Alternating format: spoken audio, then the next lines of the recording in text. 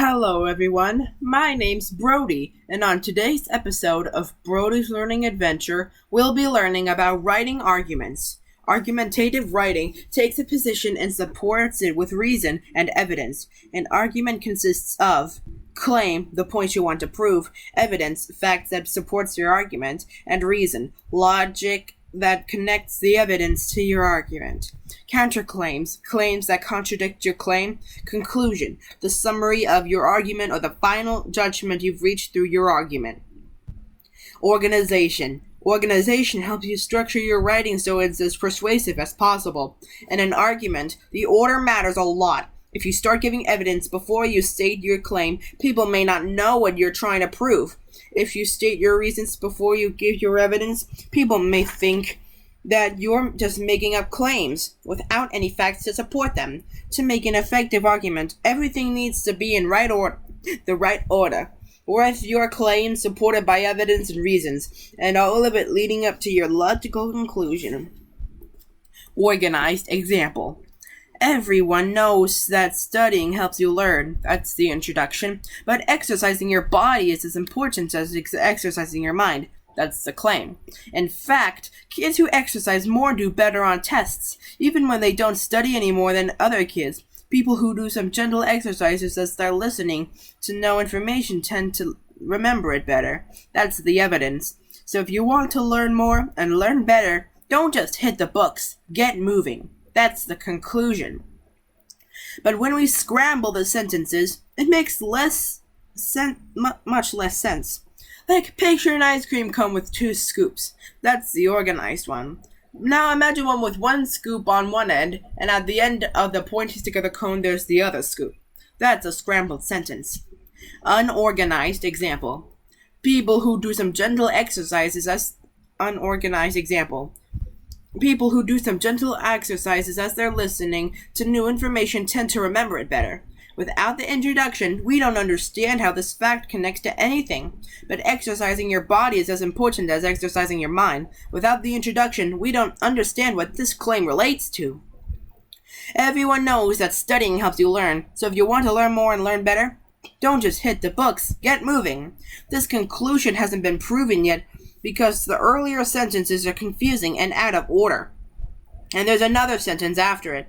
In fact, kids who exercise more do better on tests even when they don't study any more than other kids. This isn't a conclusion, it's a piece of evidence. It doesn't make sense to leave it here, after the argument has already been made. The sentences are in random order, so you can barely tell what the author is saying. Even when all the right pieces are there, they don't get your point across unless they're in the right order. Transitions. When writing an argument, certain words can signal the relationship between your claims, reasons, evidence, counterclaims, and conclusion. They are called transition words or verbs. These are common ones. Evidence. These words signal that the author is connecting a piece of evidence to a piece of reasoning or a claim. Due to, specifically. For example, after all. For instance, to illustrate. Reasons. These words signal that the author is connecting a previously mentioned piece of evidence to a claim or conclusion. Therefore, so, because, for, thus, and other words. Counterclaims. These words signal that the author is connecting a counterclaim to a previously explained concept, why he or she disagrees with a counterclaim, or how a counterclaim is connected to his or her own argument. One might argue, nevertheless, but otherwise. However, though, rather, yet, in contrast, on the other hand, conclusion. These words signal that the author is connecting all the previous information to the final conclusion. As a result, hence, finally, in conclusion, and last. Transitional phrases are like roadmaps to an argument. They can also help us within each section of an argument to communicate things like more to come, next, besides, furthermore, finally, in addition, still, moreover, likewise, and similarly, and also. Change ahead, although, nevertheless, however, otherwise. Yet and instead. Important ideas. Above all, most important, the main concern. Order or sequence.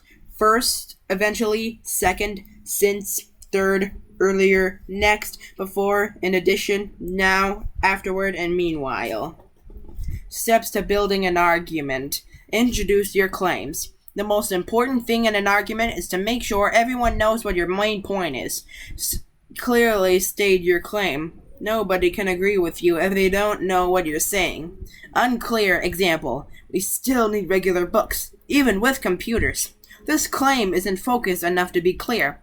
The author hasn't explained what regular means. The category of computers is too broad to be meaningful. Clear example. Digital books may be catching on, but readers still want printed books. This claim is clear and focused. It draws a clear distinction between digital books and printed books, and also explains what the author believes about both. Support your claims. You don't have a strong argument if you don't support your claims. To do so, you need to write clear reasons and support them with relevant evidence. Include facts that support your claim.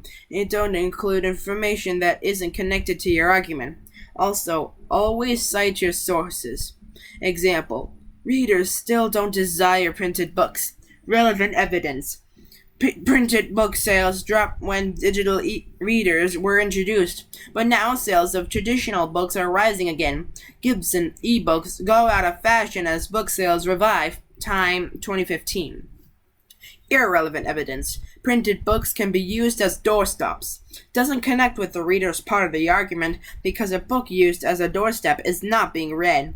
Evidence and reason are closely related, but they're not the same. Evidence answers the question, what makes you think that? Reason answers the question, why is that important?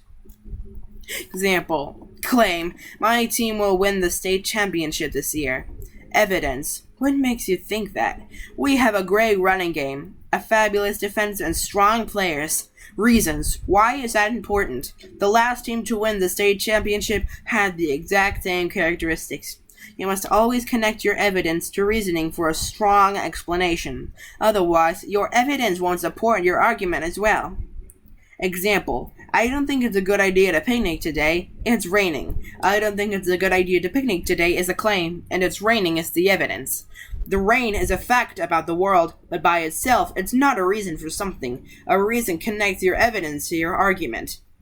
Example, I don't think it is a good idea to picnic today. Claim, it's raining. Evidence, so we will get wet if we are outside. That's the reason.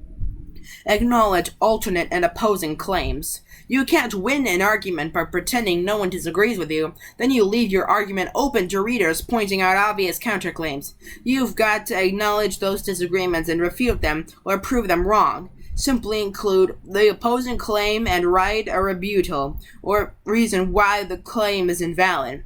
Rebuttal is a contradiction. Example. Some people say that as the world becomes increasingly dependent on digital devices, the printed book will eventually become a thing of the past. That's a counterclaim. But digital technology is still new, while the technology of the printed book has persisted for almost 1,000 years. As the world becomes increasingly digital, people have also begun to long for things that they can see, touch, and enjoy in the real world, like printed books. That's rebuttal. Come to a conclusion. When you get to the end, it's time to wrap it all up with concluding statements. A concluding statement should restate your argument or claim and summarize the most important points covered in the passage. Example, given the fact that the printed book has survived enormous cultural changes over hundreds of years, and the fact that readers today are buying more of them than before, it's clear that the printed book is here to stay. Here's a quiz to see if you've been paying attention.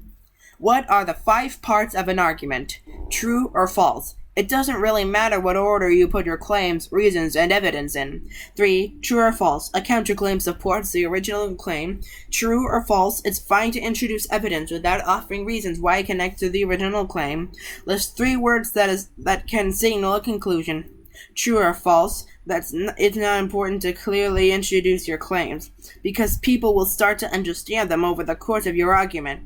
Think of an argument you want to make your neighbors and write a clear claim for it. Outline your argument, making sure you include all 5 necessary elements.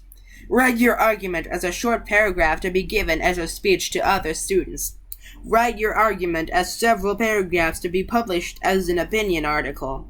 Pause the video now to think of the answers for yourself. On to the answers.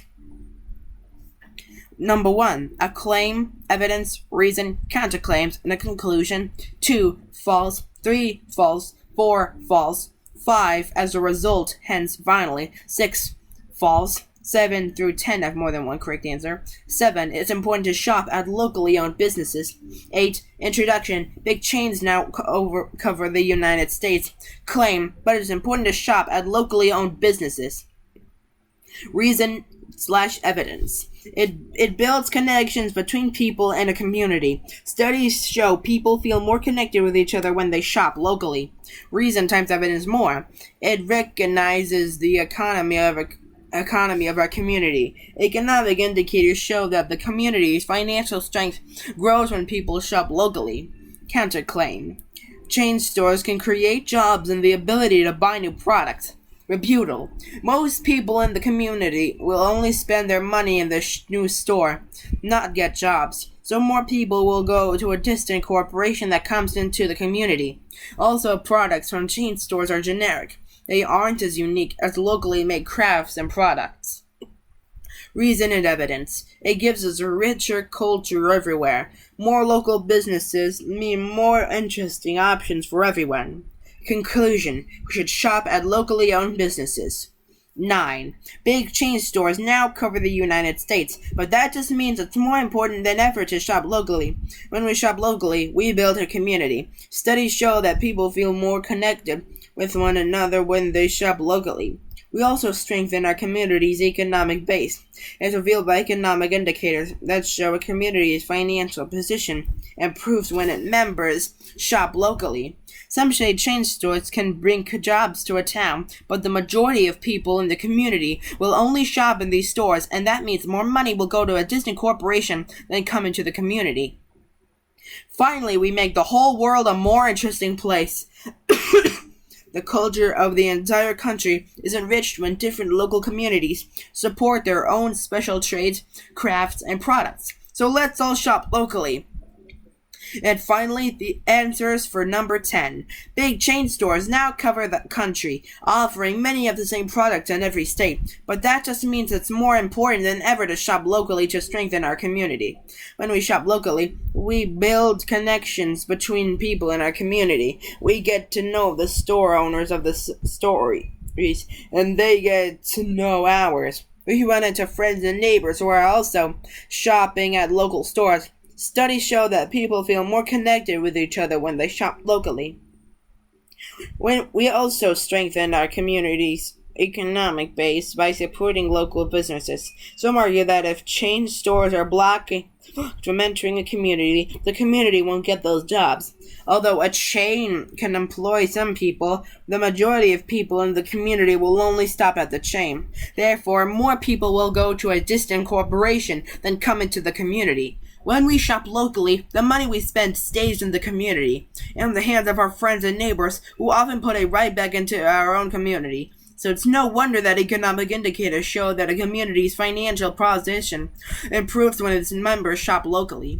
Finally, we make the whole world a more interesting place when we shop at local businesses. It's a lot more interesting to to get peach cider in South Carolina and local chili in Cincinnati than it is to eat at the same fast food place everywhere we go. Who wants generic products from chain stores when we are unique locally made crafts and products?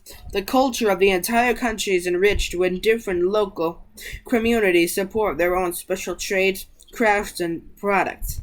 Shopping locally, it strengthens our economy, our bonds with one another, and the culture of the whole country. That just makes sense. Be sure to like, comment, subscribe, and hit the notification bell so that way you won't miss any of my new episodes. This is Brody signing out.